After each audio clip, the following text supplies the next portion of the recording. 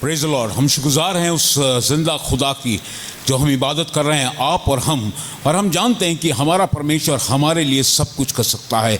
और क्योंकि बाइबल में लिखा है जो यहोवा परमेश्वर पर भरोसा रखते हैं वो सय्योन पर्वत के समान है और जो कभी टलने का नहीं। मैं आज इस समय खुदावंद की शुक्रगुजारी कर रहा हूँ और इस बात को मैं कह सकता हूँ कि सिर्फ हमारे परमेश्वर प्रभु यीशु मसीह ने हमें बचाया है और हमें संभाल के रखा है, इसलिए क्योंकि उसके द्वारा जीवन है और बहुतायत का जीवन है। मैं चाहूँगा कि आज की सुबह आपके साथ कुछ बातों को रखूं और मैं चाहूँगा कि खुदावंद चाहता है कि हम अपने उन सर्कमस्टांसेस में जब हम परेशान हैं, हम तकलीफ़ में हैं, हम बीमारी में हैं, हम अफसोस कर रहे हैं, सब कुछ चला गया है, शायद जॉब भी चली गई है, शायद लग रहा है कि अच्छी चीज़ें सब चली गई हैं, लेकिन बाइबल में ये बात लिखी है जो मेरे और आपके लिए है कि हमें डरने की आवश्यकता नहीं, क्योंकि अगर हम उस पर विश्वास करते हैं, अगर हम यीशु मसीह पर विश्वास रखते हैं और इस बात को कहते हैं, क्योंकि हम इस बात को कहेंगे कि यीशु के द्वारा सब कुछ हो सकता है। इसीलिए बाइबल के अंदर ये बात लिखी गई, क्योंकि परमेश्वर ने जगत से ऐसा प्रेम रखा, यानी कि जगत मुझसे और आपसे जो इस वक्त इस कलाम को सुन रहे हैं, मुझसे और आपसे ऐसा प्रेम रखा है कि उसने अपना इकलौता बेटा यानी कि यीशु मसीह को हमारी खातिर दे दिया।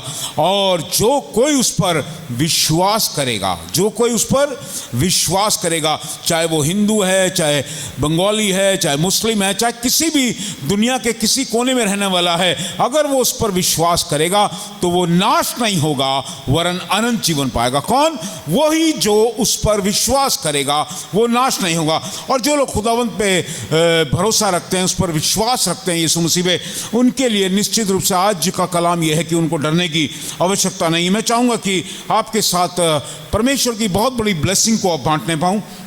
अगर हम देखें भजन संहिता 103 और उसकी 11वीं आयत, यहाँ पर कुछ इस तरीके से लिखा है, जैसे आकाश पृथ्वी के ऊपर ऊंचा है, जैसे आकाश पृथ्वी के ऊपर ऊंचा है, वैसे ही उसकी करुणा, वैसे ही उसकी करुणा उसके डरवैयों के ऊपर प्रबल है। वैसे ही उसकी करुणा उसके डरवैयों पे, यानी कि मेरे और आपके, क्योंकि हमारे जीवन का उद्धार करता हमारा परमेश्वर प्रभु यीशु मसीह है, और इसीलिए उसकी करुणा हम पर प्रबल है। और इसीलिए क्योंकि वो हमारा परमेश्वर है जो हमारी सुधि लेता है, हमें संभालता है, और इसीलिए इस बात को हम देखेंगे कि उसकी करुणा हम पे प्रबल होती है। बाइबल के अंदर अगर हम देखें उसकी 5वीं आयत, भजन संहिता 105 और 103 और उसकी 5वीं आयत, भजन संहिता 103 और उसकी 5वीं आयत, और यहाँ पर लिखा है कि लोग तो परेशान हैं, लोग तो परेशान हैं, लोग तो तकलीफ में हैं, लेकिन जो उस पर भरोसा रखते हैं उनके लिए क्या लिखा है? जी हाँ, वही तो तेरी लालसा को उत्तम पदार्थों से तृप्त यानी करता है। कि वो मेरी लालसाओं को कौन से पदार्थों से? उत्तम पदार्थों से तृप्त करेगा।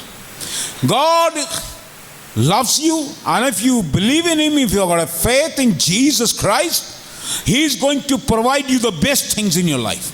वो तुम्हें सबसे अच्छी चीजें देगा, उत्तम पदार्थों से क्या कर रहा है? वो तृप्त कर देगा। हो, क्योंकि मेरा खुदा मेरे साथ है।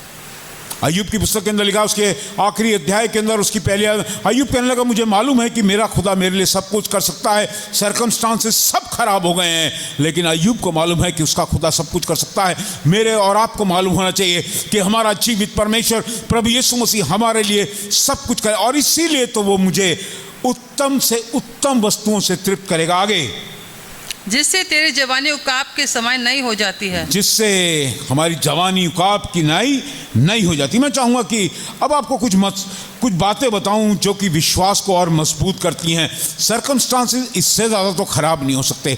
कैसे? जब मौत आती है, जब कोई इंसान यहाँ दुनिया से रहलत करके जाता है तो हम डर जाते हैं। कुछ अपने होते हैं, कुछ हमारे अपने बच्चे होते हैं, कभी माँ होती है, कभी बाप होता है, कभी दादा। लेकिन सुनिए, यहाँ पर भी एक ऐसी खबर है, मरकुस की इंजील उसका 5वां अध्याय और उसकी 35वीं आयत से पढ़ना शुरू करें। जी हाँ, वो ये कह ही रहा था, जी वो ये बात कह ही रहा था कि आराधनालय के सरदार के घर से लोगों ने आकर कहा, ओ आराधनालय के घर से आकर आराधनालय के सरदार को एक बात बोली, तेरी बेटी तो मर गई। ओ समथिंग इज बैड न्यूज, बहुत बुरी खबर है कि देख तेरी बेटी मर गई है। इससे बड़ी बात क्या होगी? उस सरदार को ये पता लग रहा है कि हाँ उसकी बेटी अब मर गई है। तब क्या हुआ? अब गुरु को क्यों दुख देता है? अब तू गुरु को यानी कि यीशु को क्यों परेशान करता है? जी हाँ, जो बात वे कह ही रहे थे, जो बात वो कह ही रहे थे, उसको यीशु ने अनसुनी करके, ओहो ये बातें तो लोग बाग कह रहे हैं कि ये मर गया है, लोग बाग कह रहे हैं कि अब बर्बाद हो गया है, लोग बाग कह रहे हैं जॉब चली गई है, लोग बाग कह रहे हैं कि नहीं अब सब कुछ बिगड़ गया है और अब कुछ ठीक नहीं होता। लेकिन हमें अपने खुदावंद यीशु मसीह पे भरोसा रखना चाहिए और इन बातों को अनसुनी करना चाहिए, क्योंकि हमारा बनाने वाला जिसने हमें बनाया है वो जीवित है और हमारे लिए वो सब कुछ कर सकता है। बाइबल लिखा, अगर विश्वास करे और संदेह ना करे, जो कुछ मांगो वो तुम्हारे लिए हो जाएगा। और निश्चित रूप से मैं इस बात को कह सकता हूँ, जो खबर है वो तो बहुत खराब है कि तेरी बेटी मर गई है, लेकिन यीशु ने इस बात को अनसुनी करा, क्योंकि वो जानता है, क्योंकि उसे मालूम है जो लोग उससे प्यार करते हैं खुदावंद आज भी, यीशु आज भी उनके लिए मिरेकल करेगा। जी हाँ, सुनिए क्या हुआ। आराधनालय के सरदार से कहा, मत डर, केवल विश्वास रख। केवल तू मत डर, पर तू विश्वास रख कि तेरा परमेश्वर तेरे लिए कर देगा। और सुनिए फिर क्या हो गया, जल्दी पढ़ें। और उसने पतरस और याकूब के भाई यूहन्ना को छोड़ अन्य किसी को अपने साथ आने ना दिया। सबको साथ नहीं लिया, थोड़े से लोगों को अपने साथ लिया। आराधनालय के सरदार के घर में और वो उसके घर चला गया। उसने लोगों को बहुत रोते और चिल्लाते और देखा। जब वो राह में जा रहा था तो उसने घर के बाहर बड़ा कोराम, रोना पीटना, छाती पीट रहे लोग, रो रहे हैं कि बिटिया मर गई। लेकिन नहीं, ऐसा कुछ नहीं है। यीशु उन बातों को नहीं देख रहा है। यीशु उस वक्त उन चीज़ों को नहीं देख रहा है। कभी कभी हमारे साथ भी ऐसा होता है, नौकरी चली गई, हम रो रहे हैं, पीट रहे हैं, ये सब बर्बाद हो गए, रो रहे पीट रहे। लेकिन नहीं, अगर हम विश्वास करेंगे परमेश्वर के अनुग्रह को जरूर देखें। आगे क्या हुआ? तब उसने भीतर जाकर उससे कहा, तुम क्यों हल्ला मचाते हो, रोते हो? लड़की मरी नहीं परंतु सो रही है। लड़की तो यीशु तो कह रहा, whose report you will believe. लोग बात कह रहे हैं कि ये बर्बाद हो गया है, लेकिन यीशु कह रहा नहीं, ये मरी नहीं, ये तो सोती है। ओह वाह, 99% of the people are saying कि ये बिटिया मर गई है, लेकिन जीसस ही इज सेइंग कि वो मरी नहीं, अभी सोती है। तो लोग बाग किसका विश्वास करेंगे? लोग बाग जो देख रहे हैं उसका विश्वास करेंगे। लेकिन मैं आपको बताना मांगता हूं, मुझे कहने नहीं दिया इस बात को, वो अनदेखी वस्तुओं का प्रमाण है। Where you are thinking, Bible में लिखा है, जहां तेरी सोच खत्म होती है, बाइबल में लिखा है, वहां से यहोवा परमेश्वर की सोच शुरू होती है। और जिन बातों को तुम देख भी नहीं पाते, जो बातें तुम्हारे चित्त में भी नहीं चढ़ती, जो बातें तुम्हें पता भी नहीं लगती, खुदावंद अपने प्रेम रखने वालों के लिए वो सब करता है। ये बेटी तो मर गई है, लेकिन यहोवा कहता है, हमारा परमेश्वर कह रहा है कि नहीं, ये बच्ची मरी नहीं है, ये बच्ची सोती है। जी हाँ, क्या हुआ? और लड़की का हाथ पकड़कर उससे कहा, तलीता कूमी, अर्थात हे लड़की, मैं तुझसे कहता हूँ, उठ। और उसने उसका हाथ पकड़ा और उसने उस लड़की को तलीता कहा कि हे लड़की उठ। और बाइबल में लिखा है कि वो लड़की उठ गई और वो लड़की भली और चंगी थी। दुनिया वाले कह रहे हैं मर गई है, यीशु कह रहा है सो रही है। और उसके बाद कुछ ऐसा हुआ कि वो लड़की ने एक नया जीवन पाया और वो लड़की उठ गई। मैं चाहूँगा कि आपके साथ पढ़ूँ उन जो सर्कमस्टांसिस कभी कभी और भी ज़्यादा ख़राब होते हैं। मरकुस की इंजील उसका 6वां अध्याय और उसकी 45वीं आयत से अगर हम पढ़ना शुरू करें। जी हाँ, पढ़ें। तब उसने तुरंत अपने चेलों को नाव पर चढ़ने के लिए विवश किया जी, कि वे उससे पहले उस पार बेसदा को चले जाएं, जी, जब तक कि वो लोगों को विदा करे। जी, उन्हें विदा करके वो पर प्रार्थना करने को गया। जी। जब सांझ हुई तो नाव झील के बीच में थी और वो अकेला भूमि पर था। जब उसने यीशु अपने चेलों के साथ कहाँ था? उस नाव में नहीं था, यीशु अलग जगह पे था और चेले नाव के अंदर थे। सुनिए क्या हुआ। तब उसने देखा कि वे खेते खेते घबरा गए हैं। और उन्होंने देखा कि वो खेते खेते घबरा गए हैं, क्योंकि हवा उसके विरुद्ध थी। क्योंकि हवा उनके विरुद्ध चल रही थी। और इस वक्त के सर्कमस्टांसेस भी ये बताते हैं, हमारे लिए सब कुछ मुश्किल है, हमारे लिए सब कुछ मुश्किल है। और यहाँ पर भी चेलों के लिए बहुत मुश्किल हो गया। जी हाँ, फिर क्या हुआ? तो रात के चौथे पहर के निकट वो झील पर चलते हुए उसके पास आए। वाह, वो रात के चौथे पहर झील पे चलता हुआ उनके पास आया। जी हाँ, और उनसे आगे निकल जाना चाहता था जी, परंतु उन्होंने उसे झील पर चलते देखकर समझा कि भूत है। यीशु को चलते हुए देखा कि यीशु झील पर यानी कि पानी पे चल रहा है, और फिर भी उनको विश्वास नहीं हुआ और वो डर गए। उन्होंने कहा ये तो कोई भूत है। Sometime God wants to do miracle in your life. यीशु चाहता है कि वो तुम्हारी जिंदगी में कोई अद्भुत कार्य करे, लेकिन तुम जो हो वो जान नहीं पाते और कहते नहीं ऐसा नहीं हो सकता, ये तो कोई और है। और ऐसे ही वो जान गए कि ये शायद भूत है। फिर सुनिए आगे क्या लिखा है। परंतु उन्होंने उसे झील पर चलते देखकर समझा कि भूत है और चिल्ला उठे, क्योंकि सब उसे देखकर घबरा गए थे। सब उसे देखकर घबरा गए थे। इट्स नॉट पॉसिबल कि मनुष्य पानी के ऊपर चले, लेकिन उन्होंने यीशु को देखा और उससे घबरा गए।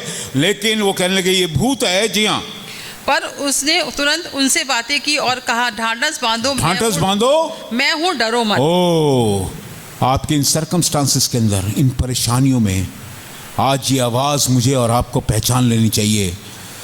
अवर ऑलमाइटी गॉड, हमारा सर्वशक्तिमान परमेश्वर कहता है ढांढस बांधो क्योंकि मैं तुम्हारे साथ हूँ। और इसीलिए रोमी की पत्री उसका 8वां अध्याय और उसकी 31वीं आयत में लिखा है, यदि परमेश्वर तुम्हारी ओर, तुम्हारा विरोधी फिर कौन है। दुनिया में हाहाकार हो रहा है, परेशान हैं, कुछ बाढ़ में परेशान हैं, कुछ इस कोविड के अंदर परेशान हैं, कुछ लोग फाइनेंस की वजह से परेशान हैं, कुछ लोग जॉब की वजह से परेशान हैं। लेकिन जो खुदावंत पे भरोसा रखते हैं, जो खुदावंत पे विश्वास रखते हैं, जिनके जीवन का उद्धारकर्ता परमेश्वर प्रभु यीशु मसीह है, वो सिय्योन पर्वत के समान है। वो उनसे आज भी कह रहा है तुम ढांढस बांधो। अरे हम तबाह होने वाले, वो कह रहा है तुम ढांढस बांधो क्योंकि मैं तुम्हारे साथ हूँ। And if God is for us who can stand against us. जी हाँ, सुनिए आगे क्या लिखा है। तब वो उनके पास नाव पर आया, तब वो यीशु मसीह उनके पास नाव पर आया और हवा थम गई। और क्या हुआ, एकदम से हवा, यानी कि हमारे परमेश्वर प्रभु यीशु मसीह के पास पूरा कंट्रोल है कि वो हवाओं को हुक्म दे सकता है, वो तूफान को दूर कर सकता है, वो हमारी परिस्थितियों को बदल सकता है। हम शायद परेशान हैं, इसीलिए उसने कहा है, आए बोझ से थके मांदे लोगों मेरे पास आओ, मैं तुम्हें आराम दूंगा। मैं नहीं जानता कि आप क्या कर रहे हैं और कैसे अपनी ज़िंदगी को बसर कर रहे हैं, लेकिन अगर आपकी ज़िंदगी खुदावंद यीशु मसीह के साथ जुड़ जाएगी, अगर आप उसको अपना जीवन का उद्धारकर्ता परमेश्वर मानेंगे, तो निश्चित रूप से जहाँ यीशु आपके साथ होगा, जहाँ उसकी प्रेजेंस आपके साथ होगी, वो आपके सभी तूफानों को, हर परेशानी को वो दूर करेगा। और इसीलिए उसने मेरे और आपसे एक प्रॉमिस बांधा हुआ है और उसने कहा है, अगर हम देखें यशायाह की पुस्तक उसका 41 चैप्टर यानी कि 41वां अध्याय और उसकी 10वीं आयत का पहला शब्द यही है। उसने कहा मत डर। यहोवा परमेश्वर कहता है मत डर।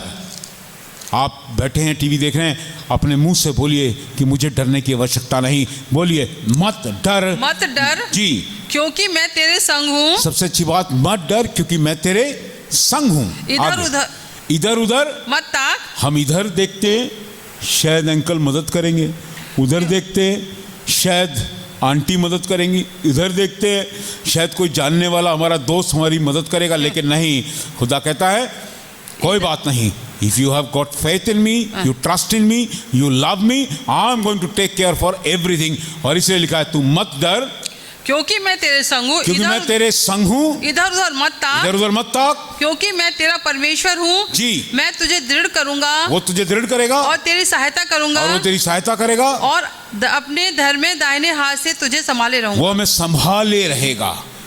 और इसीलिए आज की सुबह आपको यही कहना मांगता हूँ, खुदावंद आपके साथ होना चाहिए, तो आप हर परेशानी के अंदर आप विजयी होंगे। आपको डरने की आवश्यकता नहीं, क्योंकि वो खुदा, उस प्यारे यीशु ने आपकी तस्वीर को अपनी हथेली पर खोद के बनाया हुआ है। और इसलिए आज की सुबह में सिर्फ यही कहना मांगता हूँ, आप केवल उस पर विश्वास करिए, तो निश्चित रूप से आपके जीवन में उद्धार आएगा। आपकी बीमारी में, आपकी परेशानी में, आपकी तंगहाली में, आपके फाइनेंसेस के अंदर, सब में उद्धार हो जाएगा। इसलिए क्योंकि यीशु मसीह पर विश्वास करने वाले कभी भी लज्जा का सामना नहीं करेंगे। और इसीलिए एक गीत है और उस गीत को हम गा रहे हैं और बता रहे हैं। आपको बताना मांगता हूँ, आज की सुबह आप अपनी प्रॉब्लम को देखिए। आपकी प्रॉब्लम क्या है? आपकी प्रॉब्लम क्या है?